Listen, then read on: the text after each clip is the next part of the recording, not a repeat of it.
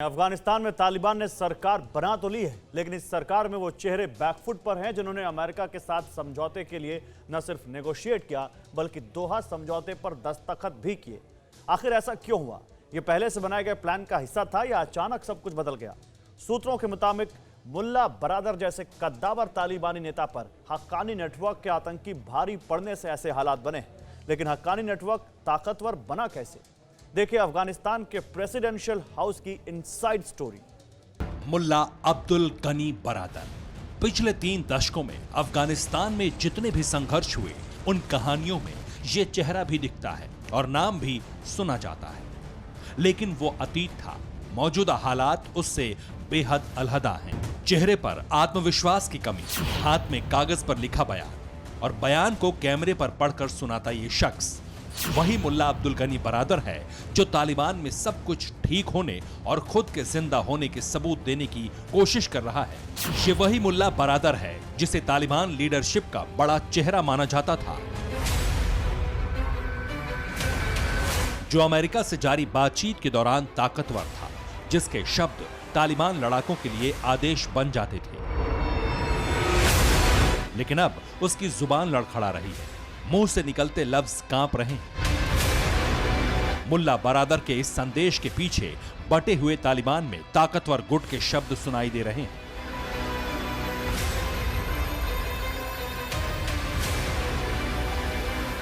जो शख्स 3 दशक से तालिबान को बोलना सिखा रहा था, उसके मुंह में बंदूक की नोक पर शब्द भरे जाने का इससे बड़ा सबूत कोई दूसरा नहीं होगा। यानी मुल्ला बरादर को लेकर जितने भी दावे किए जा रहे थे वो कपोल कल्पना नहीं है।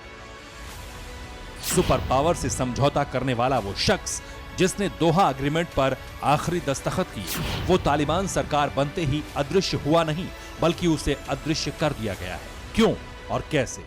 मुल्ला बरादर को तालिबान की अंतरिम सरकार में डेप्यूटी पीएम बनाया गया, लेकिन जब तालिबान की अंतरिम कैबिनेट की कतर के मंत्रियों के साथ मुलाकात हुई तो उसमें भी मुल्ला बरादर नजर नहीं आया। और इसके अलावा तालिबान सरकार की घोषणा के शुरुआती दिनों के बाद वो कभी नजर नहीं आया। अब सवाल यह है कि जब सूत्रों के हवाले से तालिबान के 2 गुटों में बंटने की खबर को एक लंबा वक्त बीत चुका था, तब मुल्ला बरादर का मैसेज क्यों सामने आता है? क्या विश्व बिरादरी से डील की उम्मीद मुल्ला बरादर के नाम पर ही टिकी है? इसलिए आखिर मुल्ला बरादर कहां है और क्या हुआ है अफगानिस्तान? तालिबान सरकार का मुख्य चेहरा मुल्ला मोहम्मद अखुंद कैसे बना? बरादर का कद कैसे घटा? कौन बना तालिबान में ताकतवर शख्स? देखिए प्रेसिडेंशियल पैलेस की इनसाइड स्टोरी और अपनों की ही अदावत से सुलग रहे अफगानिस्तान में भविष्य की जंगी तैयारी। हक्कानी बनाम तालिबान, नई जंग फिर सुलगा अफगान। हक्कानी कैसे बना ताकतवर? विश्व मंच पर क्या पड़ा असर? प्रेसिडेंशियल पैलेस की कहानी, कैसे बढ़ी बरादर की परेशानी? तालिबान असली वर्सेस नकली, बदले की आग फिर भड़की। दरअसल मुल्ला बरादर से जुड़ी जो खबर सामने आई थी वो पूरी तरह सच तो नहीं थी, लेकिन इसमें कुछ सच्चाई भी तैर रही थी। बरादर की मौत नहीं हुई थी, लेकिन प्रेसिडेंशियल पैलेस में ऐसा कुछ जरूर हुआ जिसने तालिबान में दो फाड़ कर दिया। सोशल मीडिया प्लेटफॉर्म पर किए गए दावे के मुताबिक मुल्ला बरादर और उसके सिपह सालारों की हत्या हो चुकी थी। वहीं एक दावे में बरादर के जिंदा होने की खबर देते हुए बताया गया कि बरादर खुफिया ठिकानों में जान बचाकर छिपा है और उसकी कांपती आवाज में मैसेज भी सामने आया। लेकिन सवाल ये उठे कि जिस बरादर का तालिबान पर दबदबा था, जिसका फैसला आदेश माना जाता था, उसकी स्थिति ऐसे कैसे हो गई? आखिर सच्चाई क्या थी? इन तमाम सवालों का जवाब अब मिलने लगा है। जवाब मिले हैं प्रेसिडेंशियल पैलेस की इनसाइड स्टोरी के खुलासे से, और यह खुलासा किया है IFE न्यूज एजेंसी ने, जिसने ट्वीट के जरिए 2 जानकारी शेयर की है। पहले उन्हें देखिए, फिर इनसाइड स्टोरी का विस्तार भी हम आपको दिखाएंगे। IFE न्यूज एजेंसी ने खास खबर शीर्षक से पहला ट्वीट किया, जिसमें लिखा कि तालिबान नेता मुल्ला बरादर पर हक्कानी नेटवर्क ने किया शारीरिक हमला। ठीक इसी तरह दूसरा ट्वीट भी किया गया, जिसमें विस्तार से बताया गया है कि प्रेसिडेंशियल पैलेस में जारी मीटिंग के दौरान खलील उर रहमान हक्कानी अपनी कुर्सी से उठा और तालिबान नेता को पंच मारने लगा। उसके गार्ड्स ने भी हमला कर दिया। एक दूसरे पर गोलियां चली, जिसमें कई मौतें हुई और कई जख्मी हुए। बरादर बच गए, लेकिन इसके बाद उन्होंने राजधानी छोड़ दी। अब तक के हालात और सोशल मीडिया पर किए गए दावों के बीच बारादर से जुड़ी ये जानकारी एक्सक्लूसिव है और इसका विस्तार चौंकाता है, क्योंकि रिपोर्ट जिस तरह से पेश की गई वो किसी चश्मदीद सोर्स की तरफ इशारा कर रही है। रिपोर्ट के अहम पार्ट देखिए।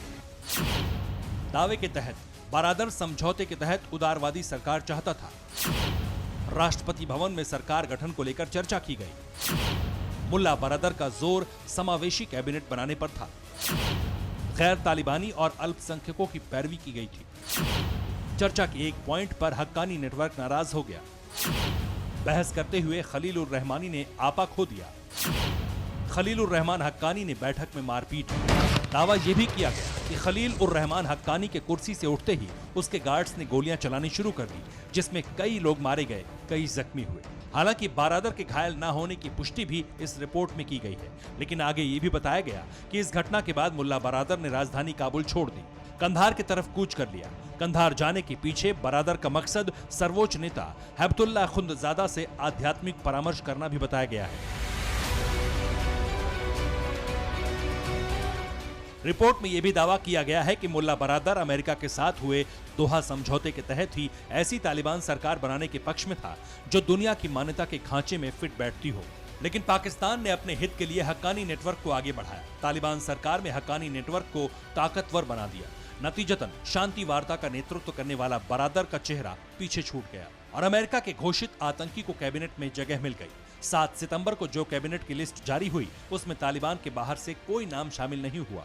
अहम बात यह है कि तालिबान और अमेरिका के बीच जो समझौता हुआ था, यह सरकार उस समझौते के तहत बनी ही नहीं है।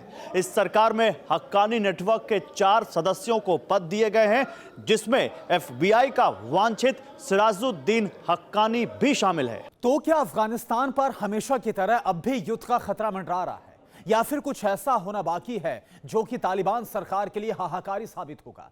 और अगर ऐसा होता है तो मुल्ला बारादर कहां होगा, तालिबान के साथ या फिर खिलाफ?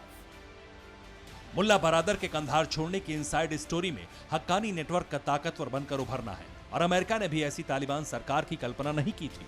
इसलिए आशंका के बीच एक संकेत यह भी मिल रहा है कि अब मुल्ला बारादर अपनी बेइज्जती का बदला लेने की तैयारी में है। इशारा मिला है अफगान उर्दू न्यूज के एक ट्वीट से। ट्वीट में सूत्रों के हवाले से लिखा गया है कि मुल्ला बारादर गुट ने अमेरिका के विशेष दूत जलमे खलीलजाद से संपर्क किया है। उनको मैसेज दिया गया है कि दोहा में जो अमेरिका और तालिबान में एग्रीमेंट हुआ था उसको अफगानिस्तान में लागू नहीं किया जा रहा है और यही कारण है कि दोहा ऑफिस के नेताओं को सरकार में कोई अहम जिम्मेदारी नहीं मिली। बारादर गुट ने जलमे खलीलजाद के जरिए अमेरिका से मदद भी मांगी है। बारादर गुट की तरफ से कहा गया है कि पाकिस्तान नहीं चाहता कि अफगानिस्तान में तालिबान के पॉलिटिकल ऑफिस के लोग सरकार में अहम पद पर रहें। ये ट्वीट बेहद अहम है क्योंकि प्रेसिडेंशियल पैलेस की इनसाइड स्टोरी में जो दावा किया जा रहा है उसका एक सिरा अमेरिका में भी खुलता है, जबकि सूत्र बताते हैं कि दूसरा सिरा अफगानिस्तान के अंदर विद्रोहियों के गढ़ में खुल रहा है, जिनसे मुल्ला बारादर लगातार संपर्क में है और इन सब के टारगेट पर हक्कानी नेटवर्क बताया जा रहा है, जिसका एक छोटा सा उदाहरण है सोशल मीडिया पर वायरल हो रहा एक ट्वीट। इस ट्वीट में एक तस्वीर को हाईलाइट करके दावा किया जा रहा है कि हक्कानी नेटवर्क के खिलाफ कई तालिबानी सदस्यों में गुस्सा है। इन सब के निशाने पर खलील हक्कानी है और वो इसलिए क्योंकि उसने नंगरहार में इस्लामिक स्टेट खुरासान के पूर्व नेता गुल इनाम सीरत से मुलाकात की है, जो तालिबानियों के कत्ल का जिम्मेदार है। इशारा साफ मिल रहा है। मुल्ला बारादर की जो खबरें आई थीं वो हवाई नहीं बल्कि उसमें कुछ हद तक सच्चाई थी, लेकिन इनसाइड स्टोरी ने बदले की जमीन गरमा दी है और सूत्र बता रहे हैं कि मुल्ला बारादर ताकतवर बनकर लौटने वाला है।